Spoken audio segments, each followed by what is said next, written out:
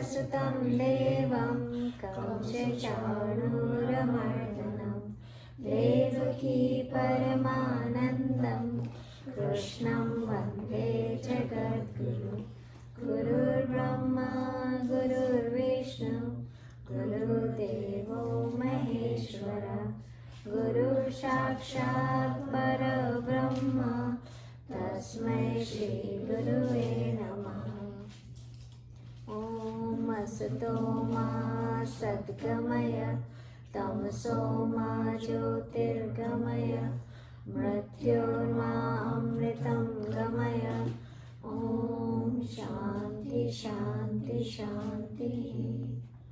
ॐ सहना भवतु सहनौ भुनक्तु सह वीर्यं करवावहै तेजस्विनावधीतमस्तु मा विद्विषावहै।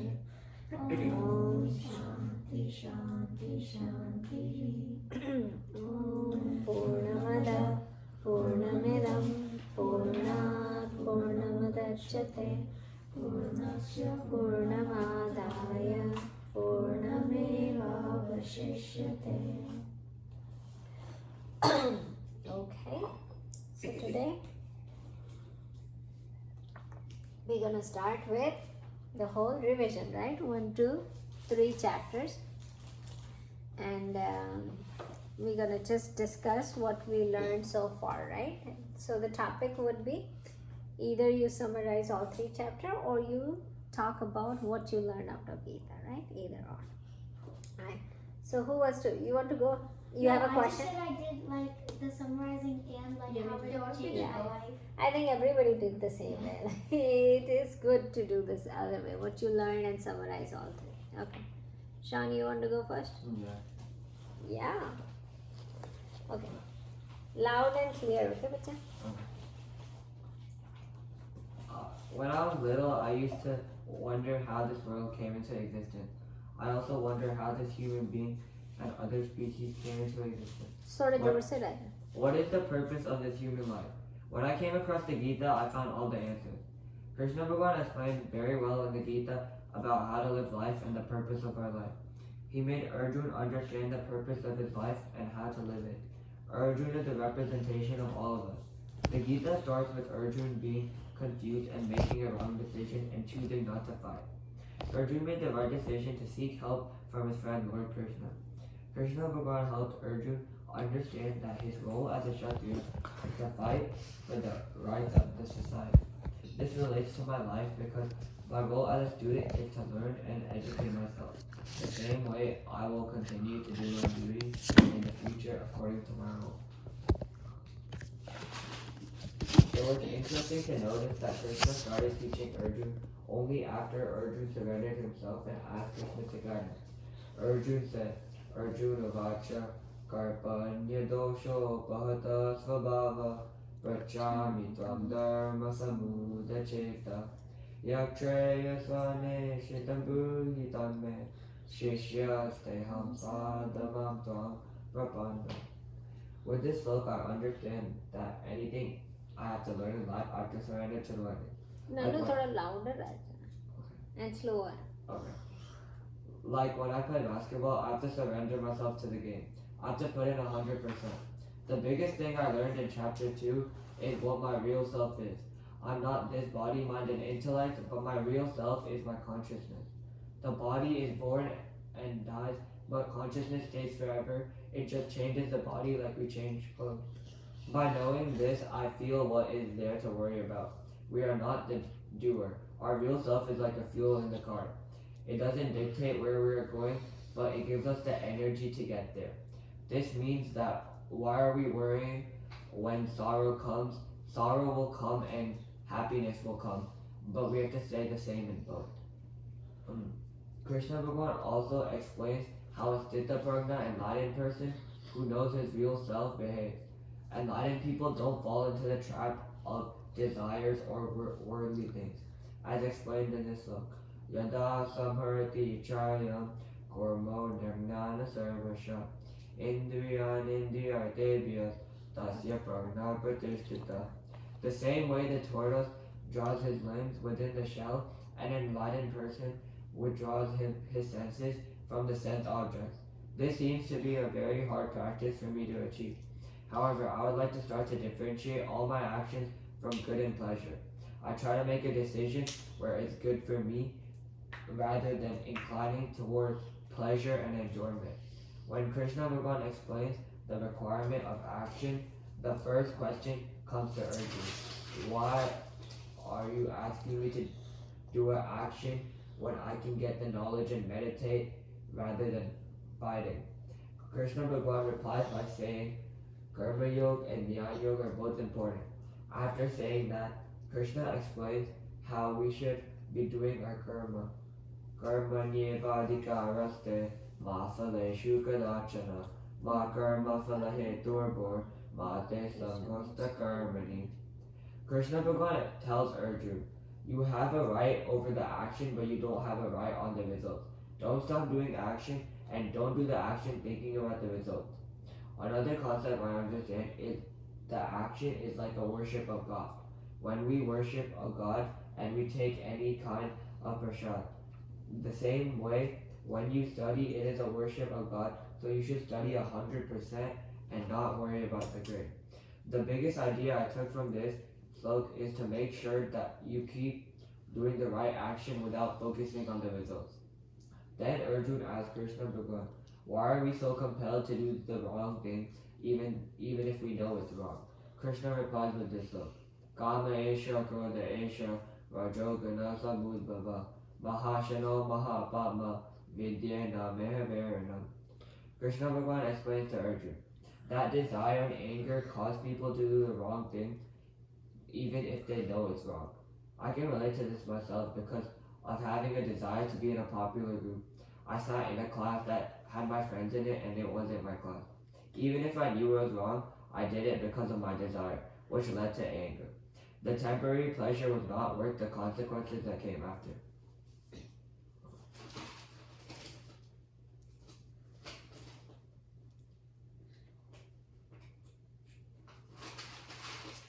There are so many small things I learned from the Gita, but the biggest thing is that I want to continue all.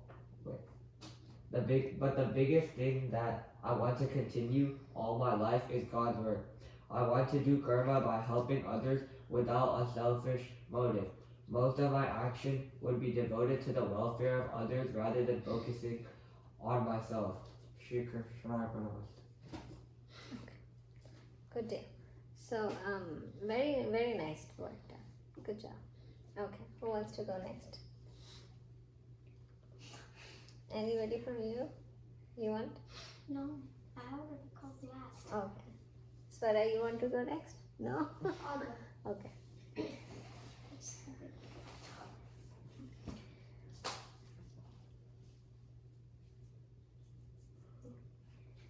What the first chapter of the Gita is all about is the 4 stages, which is preparation for war, signs of victory, introduction of heroes, and confusion of Arjuna.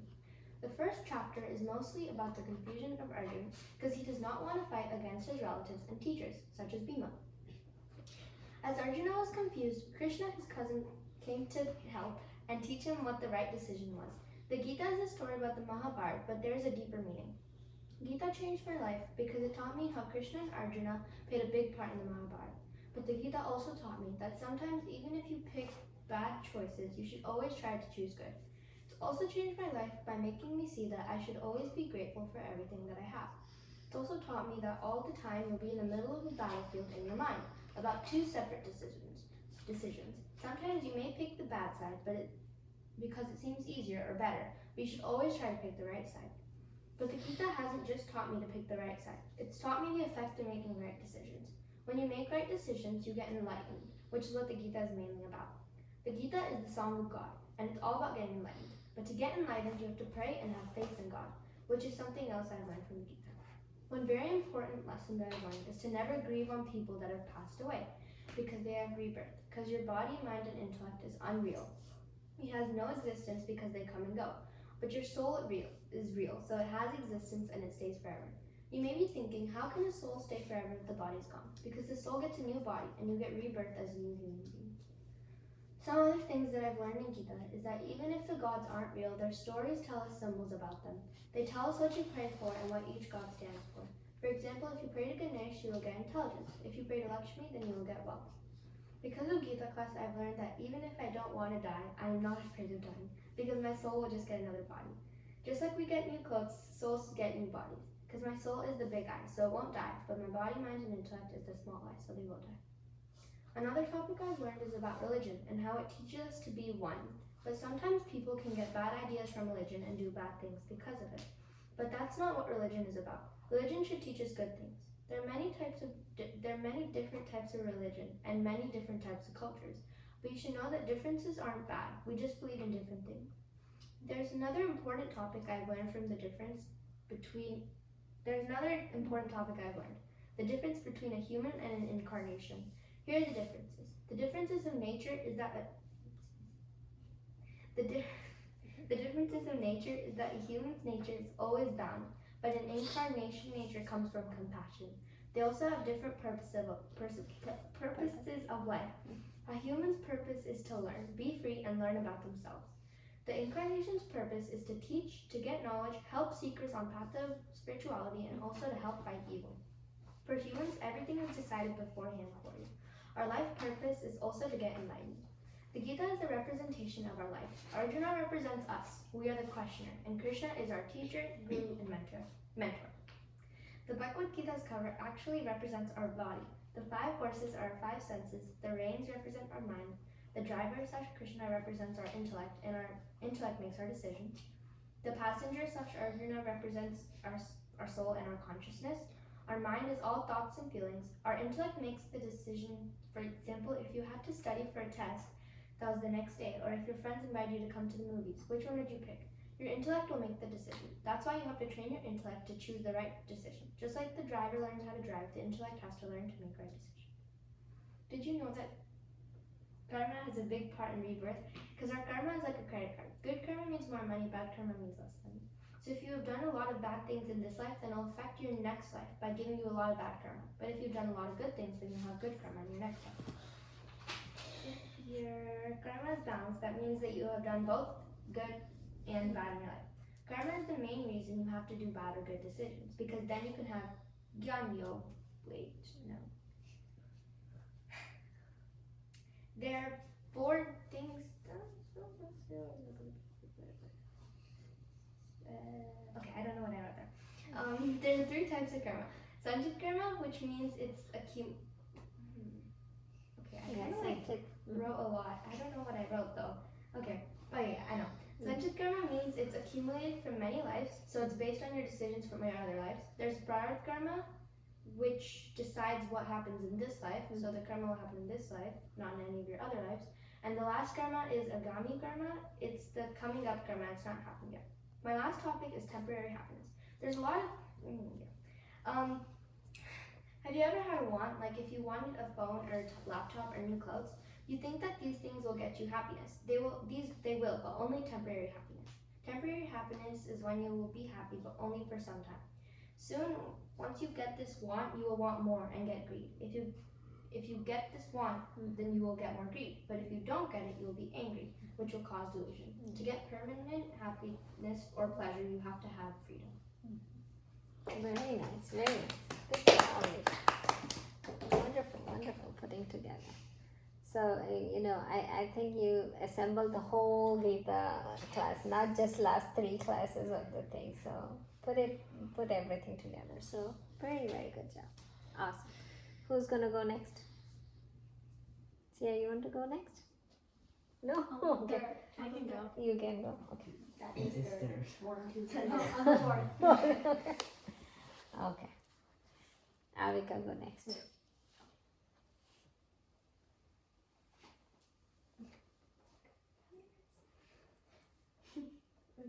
This is what I've learned from the Gita. I wrote about knowledge from the Gita and what that knowledge has taught me. To start off, God gave us knowledge using the Gita. This knowledge that He gave us is eternal. I also know that humans are born in this world, while incarnations appear and disappear from this world. Incarnations are special to each religion. The differences between humans and incarnations are that humans' past karma are born from desires. The desires are born from ignorance of our nature, and unfulfilled actions leads to birth and death. Incarnations have knowledge. Can you go a little slow? Yeah. Okay, thank you. Incarnations have knowledge, freedom from everything, and they have no connection. Human nature is always bound, while with incarnations, their nature comes from compassion. Humans' purposes in life are to learn, be free, and learn about ourselves. Incarnations' purposes of life are to teach, to get knowledge, and to help seekers who are on the path of spirituality, and help fight evils and the welfare of others. This shows me that incarnation and humans are very different, and each religion has important incarnations that have different purposes. The next thing is that everything is decided beforehand for us, and our goal is to get enlightened. We're getting credit from our past lives, some of our good karma and some of our bad karma. Effort is required for good karma. One other thing is that God comes in this world with unlimited knowledge, while we come with limited knowledge. This tells me that God is most likely teaching us because, as I said earlier, incarnations help people on the path of spirituality. So he is sharing his unlimited knowledge so we can also learn, since one of our purposes in life is to learn. Krishna said, I am not born, but I appear and disappear. I'm not changing, but I'm unchanging. Arjuna didn't know this, just like us. Krishna is teaching us. One of the purposes of God is to stick to his or her religion. Another one of God's purposes is welfare of spiritual seekers.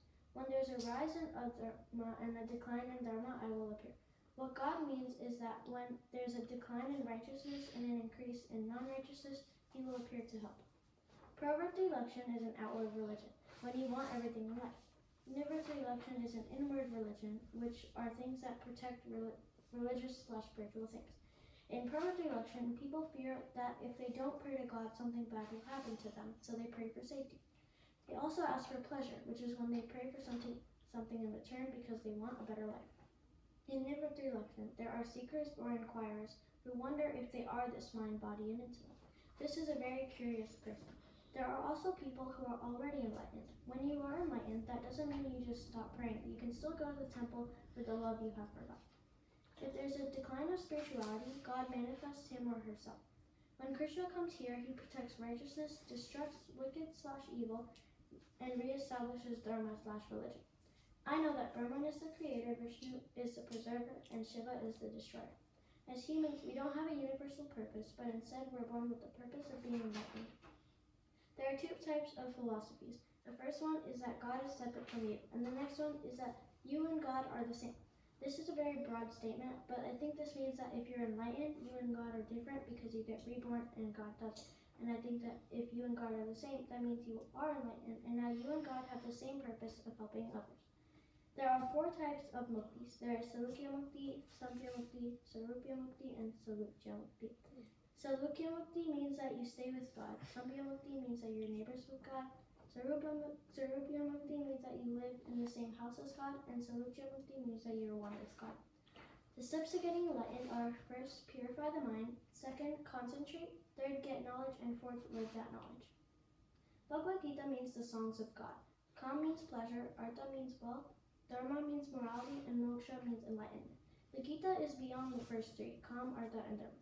These three give you temporary happiness, while the last one, moksha, gives you permanent happiness.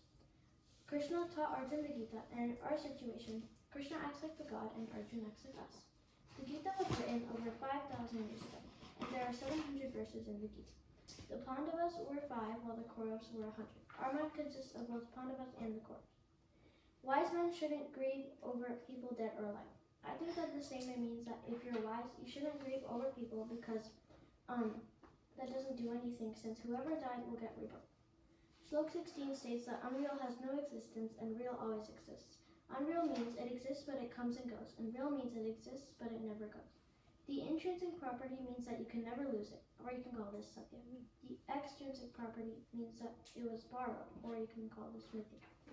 An effect can only work with the cause, and in our case, our existence is the effect and our consciousness is the cause. The lower reality is the reality that we live in when we aren't enlightened. In the lower reality, it shows that the world is good and happiness, pleasure, and sorrow are continuous. The higher reality is the reality that we live in when we are enlightened. In the higher reality, it shows that there is always permanent happiness. Everything in Hinduism is a symbol. Empathy is a symbol of intelligence, and elephants are also a symbol of intelligence. The eyes of the elephant symbolizes that he's detailed. The big ears of the elephant take in knowledge. The elephant's trunk lets the elephant pick up food and smash it on the floor for everyone to eat. The elephant's small tusk is a symbol of intellect, and the big tusk is a symbol of faith. When you die, only your form changes, not your soul. Your soul never gets affected by anything. Our soul doesn't do action, but our body does. Here are the stages of life. Brahmacharya is the student. Grihastashram is married. Vanprasthashram is retired, and sannyasashram is the monk. Your varna is what you're good at. Your swadharma is your own duty. Karma means action, and the three types of karmas are sanchit karma, which is accumulated, prarabdha karma, which is the present, and agami karma, which is the future. Reality has two levels. Consciousness and soul is absolute reality, while body, mind, and intellect is transactional reality. Some people take religion the wrong way and try to hurt people. In 1893, Vivekananda Swami came and gave a speech about religion. Sthita prajna is your stability and wisdom. Samadhi means engaged, and when you're in samadhi, you cast off all desires from your mind and you're satisfied in your real self. A non-enlightened person thinks of an object, grieves or desire, gets sad or angry if they don't get their desire, or get greed if they do get their desire. Anger and greed causes delusion, and delusion causes confusion or memory. That causes you to lose your intellect, which causes no peace, which causes no happiness. An enlightened person is free from likes and dislikes, which makes them free from desire. What is day for all people is night for enlightened people. Day for all people is what we think is real, and night for all people is what we think is dark. Day for enlightened people is unreal, and night for enlightened people is their real self. No matter how much water comes in the ocean from the river, the ocean stays undisturbed. I think that this means that enlightened people don't get disturbed by anything that comes in their way. Enlightened people give up desires, they're free from attachment with objects, and they are without the sense of little I, and they attain peace, which leads to never-ending happiness. Arjun asked Krishna if he should learn about action or knowledge. Krishna said that he can't do either or, he has to do both. Gyan Yoga, which is knowledge, gives you salvation. You need a pre-course to make yourself ready for the knowledge. The pre-course is Karma Yoga. It makes you ready to learn. Problem, solution, and method leads to moksha. Impure mind is the problem, the solution is pure mind, and the method is Karma Yoga. Scattered mind is the problem, concentration is the solution, and Gyan Yoga is the method. Ignorance is the problem, knowledge is the solution, and Gyan Yoga is the method. Surrender all the work you do to God. This will lead to selfless work, and you should do your work without attachment. Any action should be worshipped, like a puja, and your result is the prasad. Arjun asks, why does our mind tell us to do the wrong thing even when we know it's wrong? Krishna says that it's because of our desires and our anger. This is why our desires are our enemies, because they make us do wrong things. Desires live in our mind, senses, and intellect. You need to attack it once you know where it lives. Attack it from the outside to inside. This is how you defeat your desire. Senses are first, mind is next, then intellect, and then you reach your consciousness. If you know what is greater than the intellect, you can become enlightened. That was awesome. Very nice. Good job. Beautiful, beautifully done. Okay. See, are you ready? Let's go. Okay. Be a little loud and slow. You guys are so fast. Just be a little speed, little less. Okay. Gita is not about being successful in life. Gita is about getting to the enlightenment and knowledge. Gita is more than Kam or Artha. Kam is pleasure. Pleasure is something you want, but your pleasure won't go away. When you get something you want more and more. Artha means wealth. Having wealth can be really important to your life, but wealth doesn't buy long-lasting happiness. Chapter 1 is mainly about Arjun being depressed. Arjun was standing in the battlefield, not knowing if he wants to fight or not. He doesn't know what to do, so he goes to his friend Krishna. Krishna taught Arjun the Gita. When we read the Gita, we are Arjun, understanding by Krishna. Krishna is teaching Arjun if he should go fight or not. The same thing can happen to us. We may have something really important to do, like studying or homework, but our brain wants to do fun things and not the boring things. The brain wants us to play games or go to a friend's house. In that way, we don't realize what good things can happen if we choose that path. Another Another thing chapter 1 is mainly about was Arjun being confused. Krishna is trying to convince Arjun to fight, but he does not listen. He's trying to explain to Krishna that he does not understand. Later on in the Gita, it talks about karma. Karma is a big thing in life. What you do in this life depends on what you get in your next life. Karma can be good, karma can be bad. Say you study and you have good grades and you respect your elders. If you do good things will happen to you. If you shout at your elders and if you don't listen to them, then God can give you karma. It can happen in this life or the next or the one after. But it will happen at one point. In one of the shlokas in the Gita, it talks about how we never die. This does not mean that we just live on forever and ever. It is telling us that your soul never goes away. The only thing that changes is the appearance or the functionality. There are 4 yogas taught to us in the Gita: karma, dhyan, bhakti, and gyan. Karma means action. We do action all the time, but we do not do action thinking of the results. If you think of the results, you will fail. Say you're doing a test and you think you will fail, then you will fail. But if you have a good mind and you think you will pass, then you will pass. But this does not mean that you will for sure pass. It means to have a good attitude, and you can't just succeed in life by praying or just saying that you will pass. You need to put some effort into it as well. Gyan means knowledge. Without knowledge, we wouldn't even understand the Gita. Gyan means meditation, and you can do meditation by praying to God. Bhakti is the most important. It means devotion. Devotion means praying to God, praying to give us knowledge, and praying to keep us healthy. Gita has changed my life a lot. I started praying more and really understand the meaning of wants and needs. They both have different meanings. Needs is something to keep you living, like clothes and food. Wants is something you do not need but wanted to have fun, like toys or electronics. I have been going to mandirs a lot more often. Gita has also changed my life by taking the right path. I used to always go the wrong path. Like, instead of studying, I would just play and play. It has taught me to be a better person and respect the people in my life. Very nice.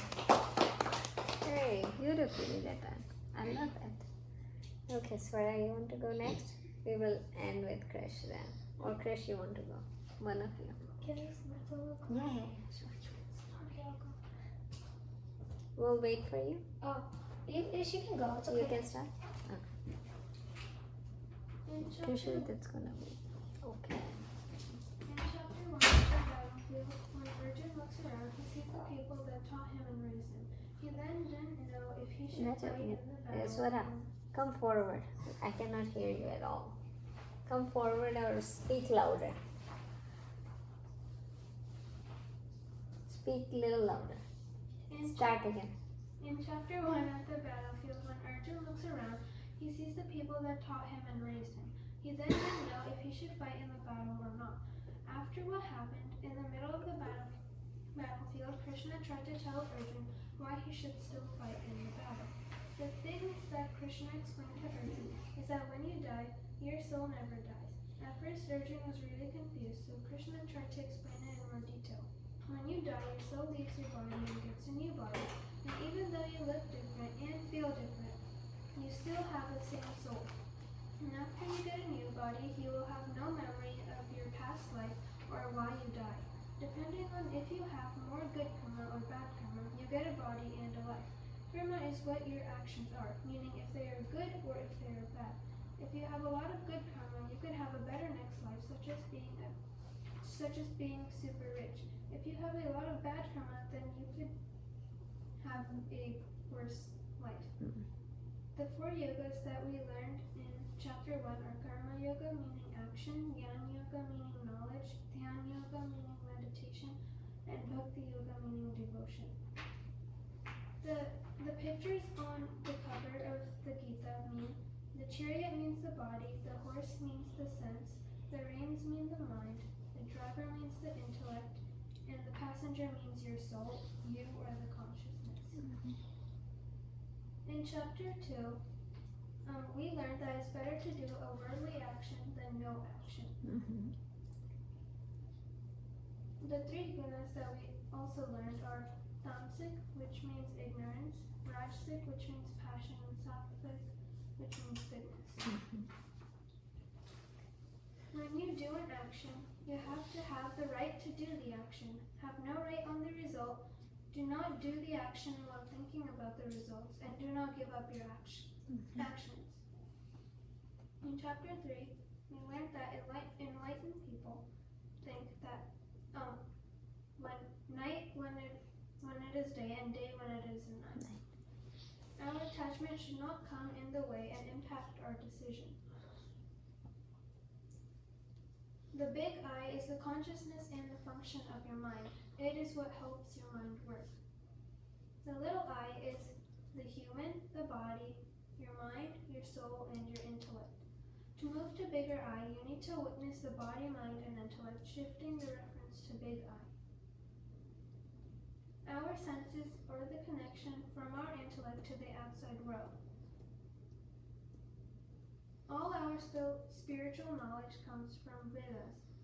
Humans are born in this world, while incarnations appear and disappear from this world. Incarnations are there to teach, to get knowledge, to help speakers on a path of spirituality and help fight evil. The purpose of your life is to get enlightened. In chapter 4, Krishna is considered as an incarnational preserver. We also learned that a Brahman is a creator, Vishnu is a preserver, and Shiva is a destroyer. That's great. Good job. Okay. You ready, Krish? Yeah. Okay. The Gita has impacted so many lives for the better. It is the word of Krishna Bhagwan, who came just to give us this knowledge. Krishna Bhagwan gave us this knowledge to help us understand our true selves. I have learned immensely from his teachings and have tried to implement them into my life. The Bhagavad Gita translates to the Song of God. It is also called the Book of Moksha because it has the step-by-step information for spiritual learners to reach God. The Gita touches on the 4 yogas, Karma Yoga, Jnana Yoga, Dhyana Yoga, and Bhakti Yoga. By doing these yogas and following the Gita, you can have permanent happiness. People are always searching for happiness, but it is only temporary. Pleasure feels good and you want to get it, but it can only be achieved for a small amount of time. But what if there was a way to have happiness forever? The Gita teaches you how to get there. In chapter 1, Arjuna expresses his problems to Krishna. He tells his dear friend that he does not want to fight in the war. This is because many of Arjuna's relatives are fighting against him. Arjuna gives many excuses on why he shouldn't fight, so he can justify his decision. He says it's a sin to kill them, and he wants them for entertainment when he becomes king. Krishna doesn't speak once in this chapter because Arjuna kept complaining and going into a depression. He even drops his weapon that he holds so dear, he was even going to kill Yudhishthir just for touching it and using it a little bit. Arjuna is so powerful, but in this moment he was on the verge of tears. This moment is very important because it shows that even Arjuna is like all of us, human. Humans have ups and downs all the time. Oh, sorry.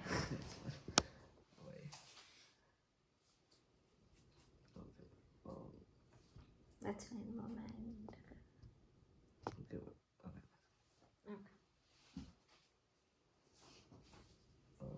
That's okay. Wait. Okay. So, humans have ups and downs all the time. We can be powerful and at our worst. And Arjuna represents us. Chapter 2 starts with Arjuna still crying, complaining, and being depressed. But the tone completely changes when Arjuna asks Krishna for his opinion. Arjuna surrenders to Krishna, and only then does Bhagwan help him. Again, Arjuna shows how Bhagwan can help the everyday person. All you have to do is surrender yourself to God. God will only help you when you ask him for help. Krishna starts helping Arjuna by explaining in Shloka 11, Shri Bhagwan Uvacha, Ashocyan Anvashochastam Prajnavadam Shabhasase Gatasuna Gatasumscha Nanushochanti Pandita. So, he says how the wise grieve neither for the living nor for the dead. This means that there's no point of grieving for the living or the dead because they're going to pass on anyway and they have the soul. He says he tells this this shlok to Arjun because Arjun is grieving for his relatives. He's grieving that he has to fight them, and Krishna tells Arjun about the soul and how it's eternal and even it'll pass on. He says, "Why grieve over the inevitable?" In Shlok 16, Nashato vidyate bhavo na bhavo vidyate shata ubayorapi drustontastvanayostatvadarshibhi. Krishna says that the unreal doesn't exist and the real always exists. This means that the real, which is the soul, will always exist. For example, a pot is an appearance of the clay. The pot has extrinsic properties and borrowed properties, but the clay is the original property. So the clay is real and the pot would be unreal. And the same goes for the body, mind, intellect, and soul, where the soul is the original property and the body, mind, and intellect are using the soul's energy to function. So as Krishna keeps speaking to Arjun, he tells him about Swadharma. Swadharma is doing your own duty, and he tells Arjun that you should not do adharma. Adharma is others' duty. He says, make sure you are focusing on your Swadharma before doing others. Before doing adharma. He also tells Arjun to do karma yoga, which is his swadharma. He tells him that sanchit karma is past karma, prarabdha karma is present karma, and agami karma is future karma. And if you do good karma, then you will get good things back, and if you do bad, you get bad things.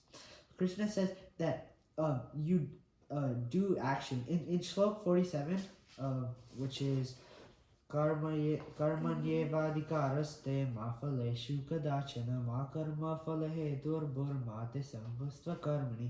He says you can do action, but you do not have control over the results. And also says you don't do action for the results, but don't quit action just because you can't get results. This means that you should do actions without caring for the fruits of the actions, as you never have control in the first place. But don't ever stop doing action just because of this fact. Krishna also talks about Sthita Prajna people in chapter 2. Sthita Prajna, or enlightened people, are people who are stable in wisdom. Arjun asked how they walk, talk, and sit, but he means to ask Krishna how they interact with people and the world.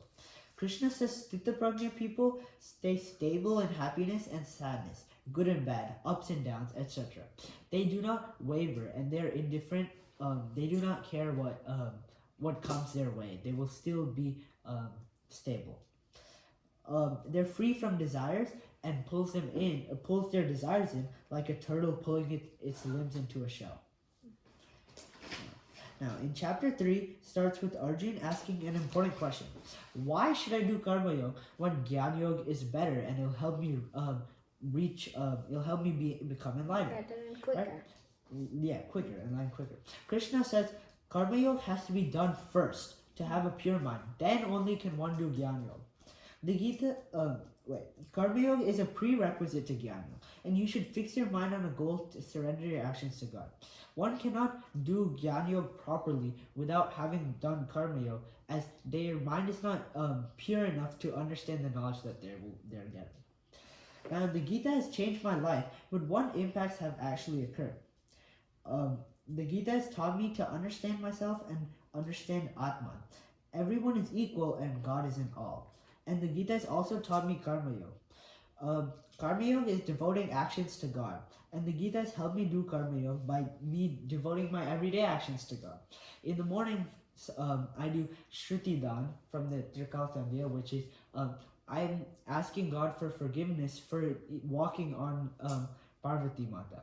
Right? That is one way of doing Karma Yoga, as it's devoting your actions, such as even walking first thing, getting up in the morning. You are already devoting an action to God.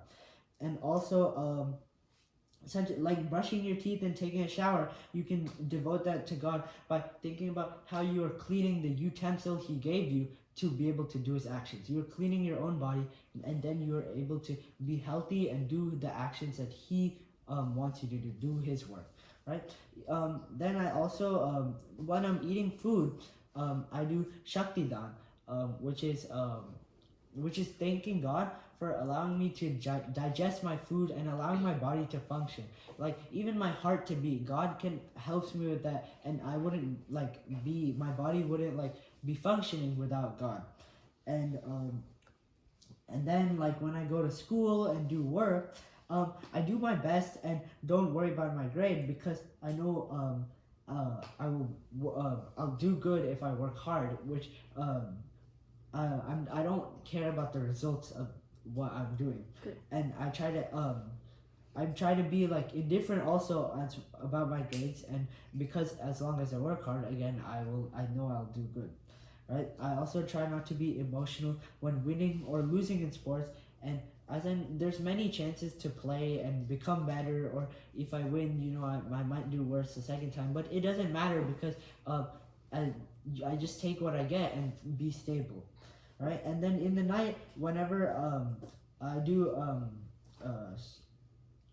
what's it called? I do Shantidan, which is thanking God for allowing me to wake up in the next morning and keep my memory. Wake up the next morning and be able to remember what did I do yesterday. Asking God again for forgiveness in the morning and the night for whatever sins I've done that day. Anything I've done wrong, forgive me, God. I will try to do better the next day. That's and I will continue to purify my mind doing karma yoga. Overall, the Gita has impacted me in many ways that I can never imagine, giving me knowledge about myself and helping me change my actions and do karma yoga. Krishna Bhagwan's words have inspired me, and I can achieve eternal happiness with Bhagwan's steps to enlightenment and do more karma yoga and help more people by spreading Bhagwan's word. Thank you. Okay. You guys did awesome job. It's unbelievable how much energy and that you put in this work. This is the God's work, what you did. So you can surrender this work to God, saying that Krishna Arpanamastu, right? So we are surrendering all this work to God. So awesome job. What we're gonna do is I'm gonna put this for everybody to watch it, and then your parents can watch it too, because you did very good, very good. They will be so proud. I'm so proud of you guys, and I'm sure they will be so proud of you, what you put in there in today's class. I'm I'm feeling so emotional right now by looking at you guys. You did so good, and I'm tearing just because I'm so happy. I'm so proud of you. It's a tear of happiness that I see with you guys. So by saying that, do we have a little time? Just 5 minutes, right? I will go with a quick topic that I wanted to, it's related to what just went. We did Navratri, you remember? Everybody did 9 days of dances, Garba, right? We do 9 days of Garbas, and it's such a colorful festival, right? We all wait for the whole year to get this festival, 9 days of Garba. And you guys do amazing Garbas now, right? And did you come to some of them, right? These guys, I saw them doing it. I didn't see you doing it, but they are good dancers. My God, they do amazing Garba. So just to let you know what that festival is, the Navratri is, right? So in Navratri we do worship of Devi, right? Do you guys know that? So we worship of Devi, Ambavata. So there are 9 incarnations of Devi that we worship on 9 different days, right? So, but before going into that stories of every incarnation was there to, as you all mentioned, in your topic, right? Many of you talk about incarnation. What is the difference between normal human and incarnation? They come to educate, but they also come to destroy the evil. So all these 9 incarnation of Devi, they came for destroying the evil, right? So that's why you see all the Devi Mata with either a lot of weapons in their hand when you see them, right? They are sitting on the tiger or lion, and they have a lot of weapons, and some of them has a head chop of Asura in their hand, right? You see Kalima, which has a head chop of all the Asuras, or wearing a mala of heads of people, right? So those ones are all that evil people that the Devi was there to kill those evil people, right? But we always say that, there is always a couple, right? We talk about Shiva and Parvati. So all the incarnation of these 9 Devis come out of Parvati, which is Shiva's wife, right? Shiva Bhagwan's wife is Parvati, yes. So they're all incarnations of Ambima? Or Ambima, yeah, Parvati. You can say Parvati, so Ambima is incarnation of Parvati. You can use both the names, right? And so Ambima, Uma, all these names are of Parvati, right? So they are incarnation of Parvati. Parvati is also known as Shakti. Shakti means the strength. So there is Shiva and there is Shakti, right? So how we say about Shiva and Parvati is Shiv and Shakti, right? So that's how the couple is made. Like Shiv is, what is Shiv? The Bhagwan. Yeah, Bhagwan, but what is he? He's the preserver, the destroyer. Destroyer, right? So God, there are 3 gods, right? Brahma, Vishnu and Shiva. So Brahma is creator. What is Vishnu? Preserver. What is Shiva? Destroyer. Now think about it, right? So one creates the world or entire universe, right? So who creates the entire universe? Brahma. And Brahma is a symbol of knowledge. What is Brahma? A creator, right? He always have books in his hand. And he is always connected to what? Saraswati. Saraswati is what? Knowledge again. So Brahma is creator, and nothing is created without knowledge. So that's why Brahma and Saraswati are together. You got the point? Why Brahma and Saraswati are put together? Because one is creator and one is knowledge. So now you cannot create anything without having a knowledge. You need a manual to create. Even you buy a toy from outside, you need a manual to do it, right? So you need a knowledge about that toy, then you can assemble the toy together, right? So that's why Brahma is creator, and who is the knowledge? Saraswati is the knowledge, right? The same way, now let's go to the next one, Vishnu. Vishnu is what? Preserver. So Vishnu is preserver means something is created and we have to preserve it, right? In the same form, right? So the human is created, the creation is there. Now he has to live the life. To live the life, what does he need? Preservation. And for preservation, what do you need? So you need health, wealth, everything, right? To live this life, what do you need? When you get the body, mind and intellect, you already got that. Now, to keep it up, what do you need? Health and wealth, right? You need wealth also. So then who is the Vishnu's wife? Who is Vishnu's wife? Lakshmi. Lakshmi is form of what? Symbol of? Wealth of anything, wealth of your health, wealth of money, wealth of whatever, right? So you need to be preserved. For preservation, what do you need?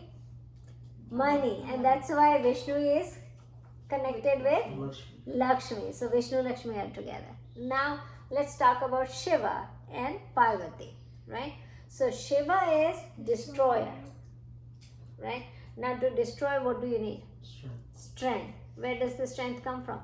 Shakti, right? So that's why Shiva and Shakti are together, right? So do you see that it's not, Hindu religion is so much symbolic, right? They made the symbol, but there is a logic behind it, why they made it. Why is Brahma with Saraswati, why is Vishnu with Lakshmi, and why is Shiva with Shakti, right? So this Shakti of the Shiva that we talk about that's what we worship all 9 days. We worship the Shakti, right, of the Shiva.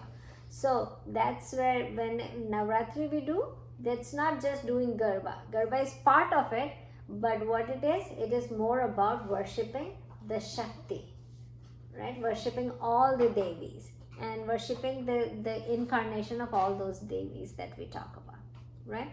So one thing I will tell you, that everything is good. What happens is, take an example there is a little baby, right? Until the baby is playing, mother will do his own job, right? Mother will keep doing his job. The baby is playing, I have to cook, mother has to cook, mother will keep cooking, and the baby is playing. As soon as baby drop the toy and call for mother, what does mother do? Drop everything and go to the baby, right? And hold the baby and put it in his lap. That's what baby is for us. Baby is mother to us. So as soon as we call, until we are playing in this human life, like I have cars, I have houses, I need to build my career. We are playing in this human life. Until we are playing, mother is doing his own work, right? If you are asking mother, I need house, mother is giving you house.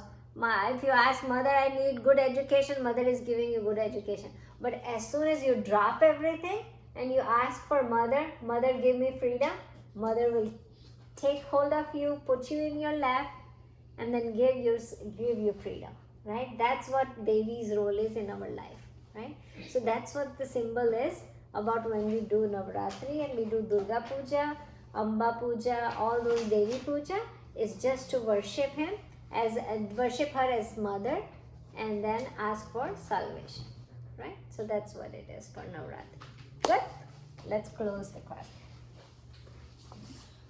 Vasudeva Sutam Devam Kamshachanurmardhanam Devaki Paramanandam Krishnam Vande Jagat Guru Gurur Brahma Gurur Vishnu Gurur Devo Maheshwara Gurur Sakshat Para Brahma Tasmai Shri Guruve Namah. Om Krishna Arpanamastu. Thank you guys. That was the best class I ever had because you